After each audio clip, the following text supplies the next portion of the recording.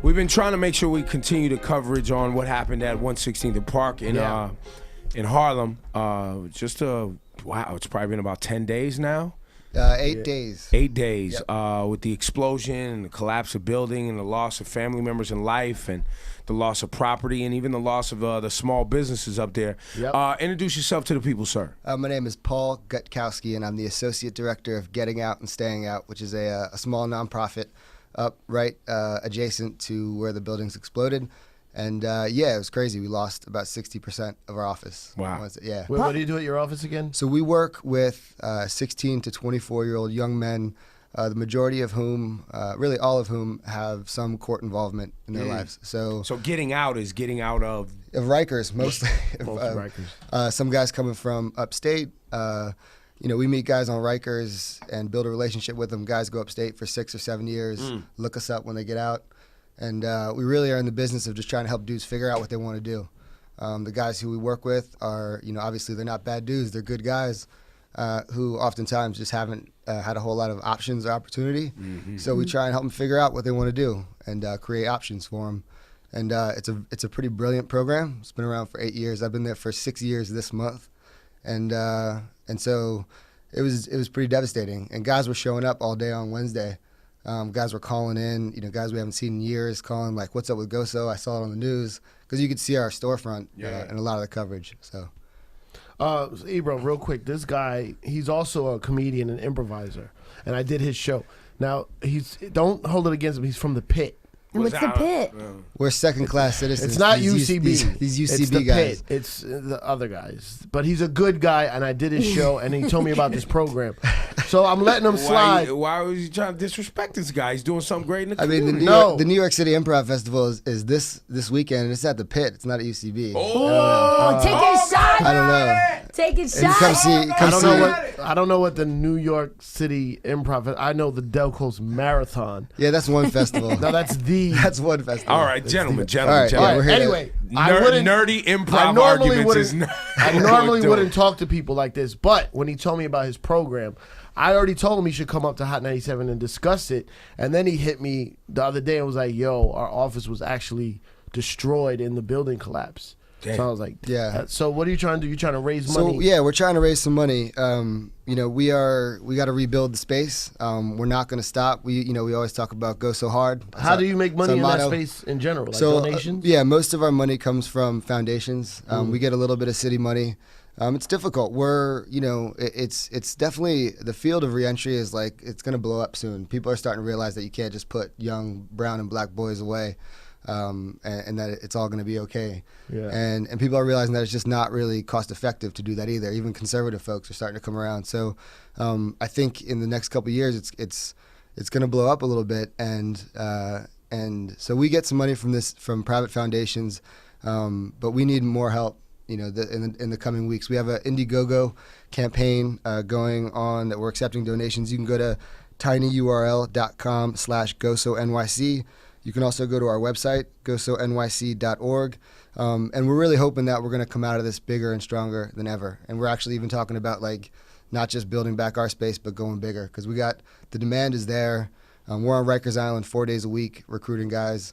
We're working with other community partners, and more and more guys are coming in, and more and more guys are trying to figure it out. What do you mean recruiting guys? So we basically go out, we call down every guy we can that's 16 to 24, and basically ask, do you never ever want to come back here again? And the answer is obviously yes. Nobody wants to go. No one wants to hang out on Rikers, and it's just a matter of helping them build. They got the skills a lot of times. They're brilliant dudes. They're guys that like I said, they just haven't felt like they have a whole lot of options. So it's figuring out, helping the guys figure out, okay, you want to be an electrician? How do you get there? You can say that, but what does that actually mean? And how long? And see, another thing too with young people is how long does this take? Because a lot of the reasons why young people in general take risks that could put them behind bars when it comes to making money, not violent crime, but selling something, hustling something. It's because I need it now. You know, I don't want to have to go to a year of school and then pay for another program and then submit for a loan and then get a grant and hope that I get in on that. And then go, you know what I mean? So I think that's a piece of it as well, is figuring out how can I get where I'm trying to go as fast as possible, and or understand it's going to take a long time and I'm ready mentally to do that work. Right. So a lot of it is actually trying to convince the guys to buy in, right? And that life is a marathon and not a sprint. And, that's right. And developmentally, like, you're 16, 17, all you're thinking about maybe is like fresh shoes, getting some tail. Yeah, like next ball game, next blunt, next pair of shoes, whatever it looks like, right? So, and that's normal for people, maybe not everybody, me at 17 for sure, but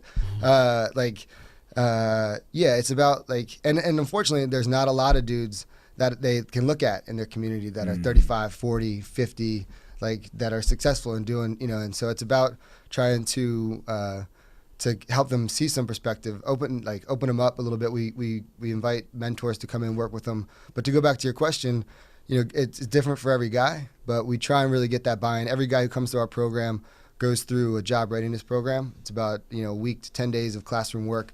To try, a lot of it's just helping dudes learn how to act, because a lot of dudes don't know how to act in the world of work or school. Yeah, how to walk into an interview exactly. and present yourself. You know, they call it like code switching, right? So how to, like, the difference between if it's like a Friday night and you're like hanging out with your boys playing video games, or like at a party or something, or just on the block, whatever.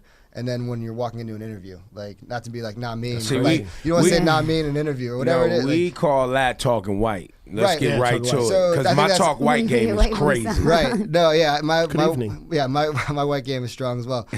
You don't say.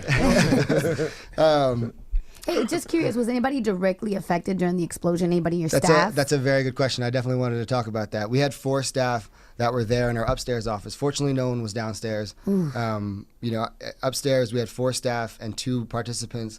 And the way that the explosion occurred, it kind of blew the windows out. So very, very fortunately, no one was hurt. But people are shook up. I mean, people are, and we're trying to. Of course, it looks crazy. That's my neighborhood. And every time, like, I drive by it, it just looks like it doesn't even look real. Yeah, but I mean, we're trying to do everything we can and be patient with everyone and support them. And we're a family. I mean, we have a benefit every year, and we have guys, our program participants talk. And one thing that every guy says is, they're kind of telling their stories, they talk about the G.O.S.O family. And so we're a family. We're looking out for each other. We're looking out for our guys. And like I said, I think that we're going to come out kind of stronger than ever. But fortunately, I mean, it's kind of a miracle that I'm not a religious dude, but it's a miracle that nobody was impacted. What's the website again? It's GoSoNYC.org is our main website, and then we have the Indiegogo campaign. We've already raised. We're trying to raise $25,000. We've raised a little over $5,000 as of this morning. But you can go to tinyurl.com/GoSoNYC. You can also just look up Rebuild G.O.S.O NYC. If you Google it, all the stuff will pop up. What if somebody wants to make a donation in like a brown paper bag? Yeah, we definitely. Just find me. I'm in Harlem. Well, you know, somebody that might have been in Rikers and wants to help the program, but he's like, I ain't really got an account like that. Come see me. Take it. Get your receipt.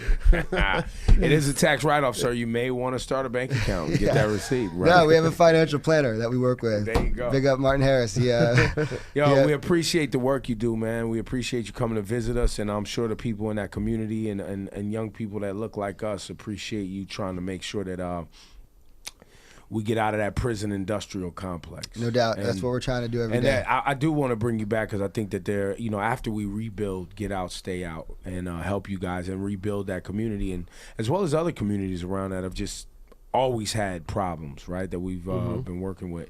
The conversation about how and why all of a sudden conservatives are becoming interested in keeping people, because I know there's a financial interest in that. When there's a financial interest in keeping people out of jail, they'll stay out of jail. And when there's a financial interest in putting people in jail, they'll put people in jail. Right. So listen, I'm all for the financial interest in keeping people out of jail, in the workforce, them paying taxes so that they can, obviously our government can eat off those taxes and fix potholes and fix streets and fix public school systems. And that's where that money comes from. I mean, anyone who is interested in this work and kind of just has their eyes open to this knows that it's systemic, obviously. I mean, this starts with schools and education and kids. Our guys are involved. Most of the guys in our program have some sort of system involvement their entire life, right? I mean, their parents probably. Generational. And so what we try and do is level the playing field for those dudes who want to step up and do it. Nice. We got guys, we just got 2 guys last week that got hired making like 35 grand, and that's a lot of bread for our guys, right? And so, we're one of the biggest challenges for us is finding partners in the community who are willing to take a chance on our guys. You mentioned how long it takes. We have a paid internship program. There you go. That as soon as a guy finishes our job readiness curriculum, they can apply for the paid internship. It's not a ton of money, but it's some money in their pocket. Get a start. Yeah, exactly, and it gets them exposed to that world of work, and then. Hopefully they do a great job and we support them through it, and then they get hired full time. So, it's we're out there doing the work. There you go. My grandmother used to say, a busy mind is a safe behind. Keep your ass out the street. Was your grandmother a rapper? No. But she was nice. She was nice on that mic at McLaughlin Temple Church of God in Christ. A busy mind is a safe behind. Thanks, I really appreciate you guys having me on here. I gotta say real quick, shout out to my wife, DJ Spam Gilly, Stacy Gilman. It's her birthday today, 35. What up? She's a DJ. No, only in the car. Okay. Straight hip hop. She's on a folk tip right now, actually, but. A folk hip hop tip. She's on that folk hop. That sounds terrible. Folk hop. That sounds epic. Yo, thanks for coming by, man. Yeah, thanks a lot.